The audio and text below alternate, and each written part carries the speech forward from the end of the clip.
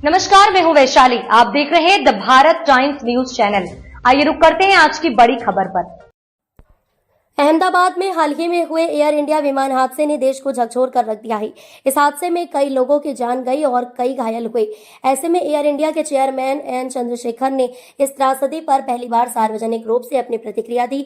उन्होंने कहा कि यह घटना बेहद दुखद है और उन्होंने मृतकों के परिजनों से माफी मांगते हुए संवेदना व्यक्त की। परिवारों के साथ हर हाल में खड़े रहेंगे। चंद्रशेखरन ने कहा कि उनके पास ऐसे कठिन समय में दिलासा देने के लिए शब्द नहीं है, लेकिन वे पीड़ित परिवारों के साथ हर हाल में खड़े हैं।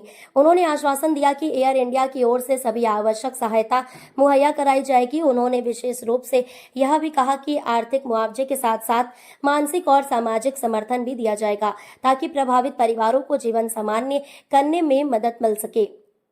हादसे की अब तक की जानकारी। चेयरमैन ने हादसे की प्राथमिक जांच रिपोर्ट का हवाला देते हुए कहा कि विमान में किसी प्रकार की तकनीकी गड़बड़ी की आशंका सामने आई है। शुरुआती तौर पर यह अंदेशा जताया गया है कि टेक्निकल फॉल्ट की वजह से पायलट को इमरजेंसी लैंडिंग की कोशिश करनी पड़ी थी, लेकिन स्थिति काबू से बाहर हो गई। जांच प्रक्रिया और पारदर्शिता का वादा। चंद्रशेखरन ने कहा कि कंपनी इस हादसे की निष्पक्ष और पारदर्शी जांच के लिए प्रतिबद्ध है।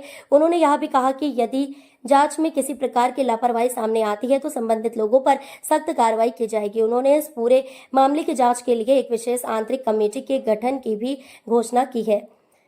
एविएशन सेफ्टी को मिलेगी प्राथमिकता। एयर इंडिया के चेयरमैन ने यह भी कहा कि इस घटना ने उन्हें और उनकी टीम को झकझोर दिया है और अब समय आ गया है कि विमान सुरक्षा, एविएशन सेफ्टी को और अधिक गंभीरता से लिया जाए। सरकार और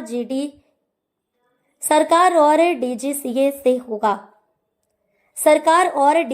से सहयोग। चंद्रशेखरन ने बताया कि उन्होंने नागरिक उड्डयन मंत्रालय और डीजीसीए के साथ मिलकर जांच की प्रक्रिया को आगे बढ़ाने का फैसला किया है। उन्होंने केंद्र सरकार से अनुरोध किया है कि इस मामले की तह तक जाने के लिए उच्च स्तरीय विशेषज्ञ टीम बनाई जाए जो निष्पक्ष रूप से रिपोर्ट तैयार करे। चेयरमैन ने मीडिया और आम जनता से भी अपील की कि अफवाहों और अटकलों से बचा जाए। उन्होंने कहा कि जब तक पूरी जानकारी नहीं मिलती तब तक किसी भी तरह की खबरों को फैलाने से बचा जाए, क्योंकि इससे पीड़ित परिवारों की तकलीफ और बढ़ सकती है।